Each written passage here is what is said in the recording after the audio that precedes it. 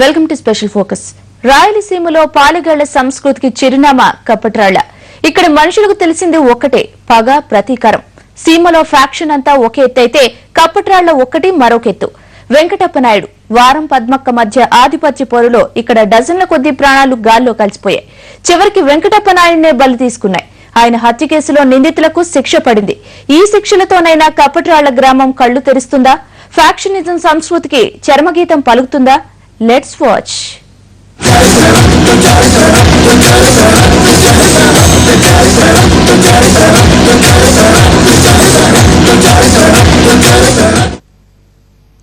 కర్నూలు జిల్లాలో faction వేళ్లూనుకుంది. Police యంత్రాంగం ఎన్ని ప్రయత్నాలు చేసినా తరచూ జడలు విప్పుతోంది.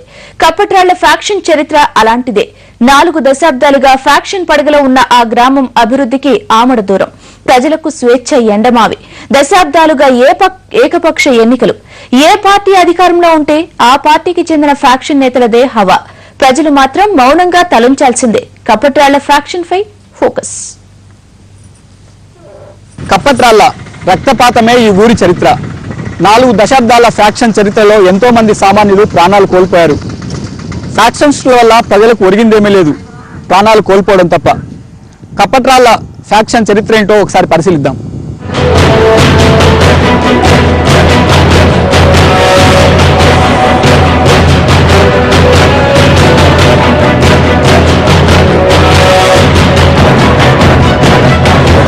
కరడుగట్టిన ఫ్యాక్షనిస్టులకు కప్పట్రాళ్ల పుట్టినిల్లు.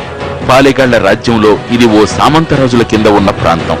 ప్రజల నుంచి వసూలు చేసి విజయనగర రాజులకు కప్పం చెల్లించిన పాలెగాళ్లు ఏలిన ప్రాంతం.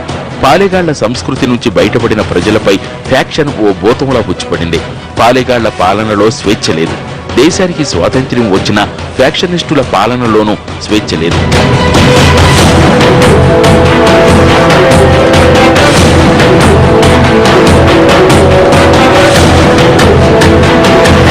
గ్రామ ఆధిపత్యంలో భాగంగానే కప్పట్రాళ్లలో ఫ్యాక్షన్ కు దారితీసింది. ఈ గ్రామంలో 2 వర్గాల మధ్య అధికారం కోసం జరిగిన పోరాటంలో దాదాపు 40 సంవత్సరాల్లో 40 మంది వరకు ప్రాణాలు కోల్పోయారు. వెంకటప్ప నాయుడు వర్గంలో దాదాపు 15 మంది, అలాగే ప్రత్యర్థి వర్గంలో దాదాపు 20 మంది దాకా ప్రాణాలు కోల్పోయారు. వీరిద్దరి మధ్య జరిగిన ఫ్యాక్షన్ పోరులో సామాన్యులు కూడా ఎందరో బలయ్యారు. ఫ్యాక్షన్ కారణంగా ఈ గ్రామంలో ప్రజలకు ఎలాంటి ప్రజాస్వామ్యం లేదు, తమ సమస్యలు చెప్పుకునే ప్రసక్తే లేదు. దాని కారణంగానే ఈ గ్రామంలో కనీస సౌకర్యాలు కూడా లేకుండా పోయాయి. సగటు పల్లెలో ఉండాల్సిన అభివృద్ధి కూడా కప్పట్రాల్లో కనిపించడం లేదు. కప్పట్రాళ్లలో జనాభా 6000. 2-3 కుటుంబాల మధ్య ఆధిపత్య పోరు ఆ ఊరు జనానికి కంటి మీద కునుకు లేకుండా చేసింది. 1969కి ముందు కూడా ఆధిపత్య పోరు ఉన్నా ఫ్యాక్షన్ కి బీజం పడింది అప్పుడే.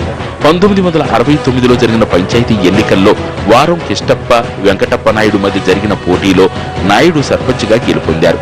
అప్పటి వరకు సర్పంచ్గా ఉన్న వారం కిష్టప్ప కేవలం వార్డు సభ్యుని పదవితో సరిపెట్టుకోవాల్సి వచ్చింది. ఇది వర్గపోరుకు మరింత ఆజ్యం పోసింది.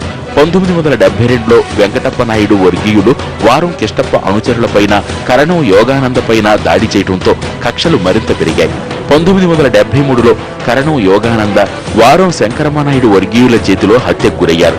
అప్పటి నుంచి వారం కిష్టప్ప, వెంకటప్ప నాయుడు మధ్య తరచూ హత్యలు, ప్రతీకార హత్యలు చోటు చేసుకున్నాయి. మరోవైపు వెంకటప్ప నాయుడుకు సమీప బంధువు రంగప్ప నాయుడుతో విభేదాలు ముదరడంతో రంగప్ప నాయుడును హత్య చేశారు. ఆ తర్వాత కప్పట్రాళ్లతో పాటు సమీప గ్రామాలన్నీ వెంకటప్ప నాయుడు ఆధీనంలోకి వచ్చాయి. ఎన్నికలన్నీ సుమారు 3 దశాబ్దాలు ఏకపక్షంగానే జరిగాయి. వెంకటప్ప నాయుడు ఏ పార్టీలో ఉంటే ఆ పార్టీకి ఏకపక్షంగా ఓటింగ్ జరిగేది.